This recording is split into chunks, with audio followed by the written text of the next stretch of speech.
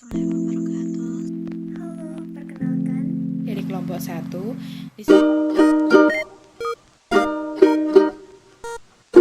Saya Zilal Alisla dari kelompok 1. Perkenalkan, nama saya Aisyah Safa Kotonada dari kelompok 1. Nama saya Fahmian Nanda Hidayanti dari kelompok 1. Di sini saya akan menjelaskan tentang hakikat manusia.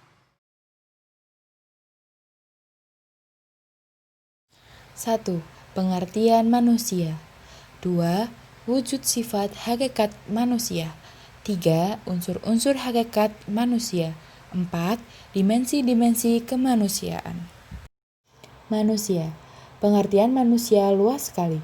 Richard Kara dalam bukunya Filsafat Manusia mengatakan bahwa manusia adalah makhluk yang berhadapan, menghadapi, juga mengolah dirinya sendiri.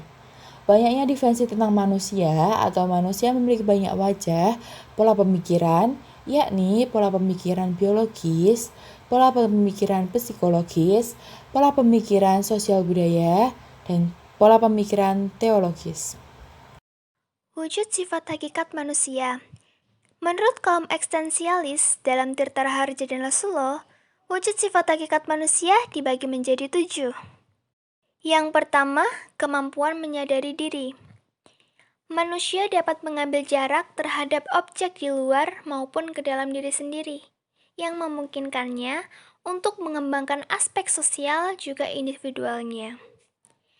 Yang kedua, kemampuan bereksistensi. Manusia mampu menembus, mengatasi batas-batas yang membelenggu dirinya, seperti ruang dan waktu. Yang ketiga, kata hati, yaitu kemampuan untuk membuat keputusan tentang yang baik dan yang buruk bagi manusia sebagai manusia itu sendiri. Yang keempat, tanggung jawab. Kesediaan untuk menanggung akibat dari perbuatan yang menuntut jawab, yaitu tanggung jawab kepada diri sendiri, kepada masyarakat, dan juga kepada Tuhan. Yang kelima, rasa kebebasan, yaitu perasaan yang dimiliki oleh manusia untuk tidak terikat oleh sesuatu, namun tentunya juga tidak bertentangan dengan kodrat manusia. Yang keenam, kewajiban dan hak. Kewajiban dan hak ini keduanya tidak dapat dilepaskan satu sama lain, karena mereka mengandalkan satu sama lainnya.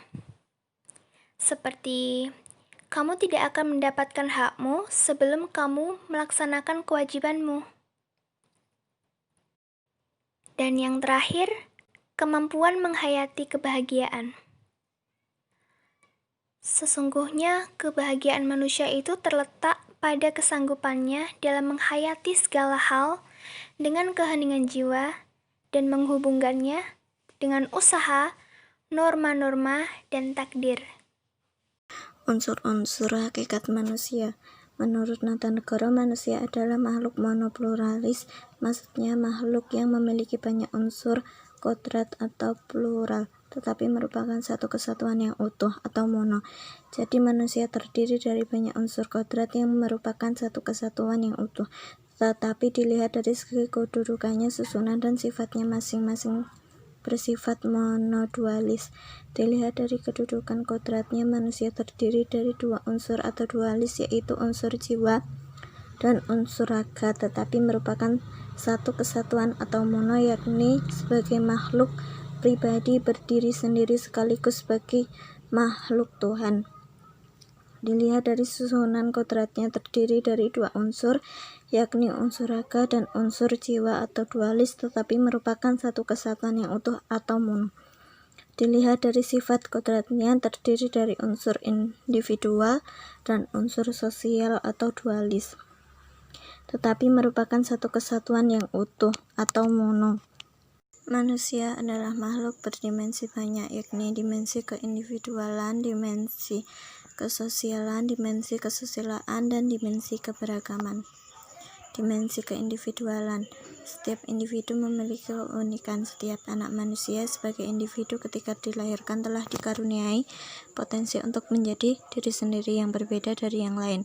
Karena adanya individualitas ini, maka setiap orang memiliki kehendak, perasaan, cita-cita, kecenderungan, semangat, daya tahan yang berbeda. Dimensi kesosialan. Setiap manusia dilahirkan telah dikaruniai potensi untuk hidup bersama dengan orang lain atau makhluk sosial. Saling berinteraksi hanya dalam berinteraksi dengan sesamanya, dalam saling menerima dan memberi seseorang menyadari dan menghayati kemanusiaannya. Dimensi kesusilaan atau moralitas. Maksudnya adalah bahwa dalam diri manusia ada kemampuan untuk berbuat kebaikan dalam arti susila atau moral, seperti bersikap jujur dan bersikap atau berlaku adil. Dimensi keberagamaan. Sebagai orang yang beragama, manusia meyakini bahwa Tuhan telah mewahyukan kepada manusia pilihan yang disebut Rasul, yang dengan wahyu Tuhan tersebut, manusia dibimbing ke arah yang lebih baik, lebih sempurna, dan lebih bertakwa.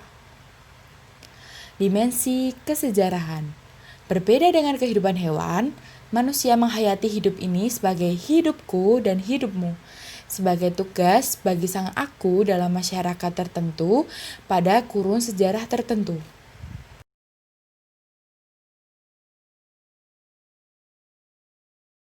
Yang dapat kami sampaikan, apabila ada salah kata maupun suatu hal yang tidak mengenakan dan menyinggung, kami mohon maaf.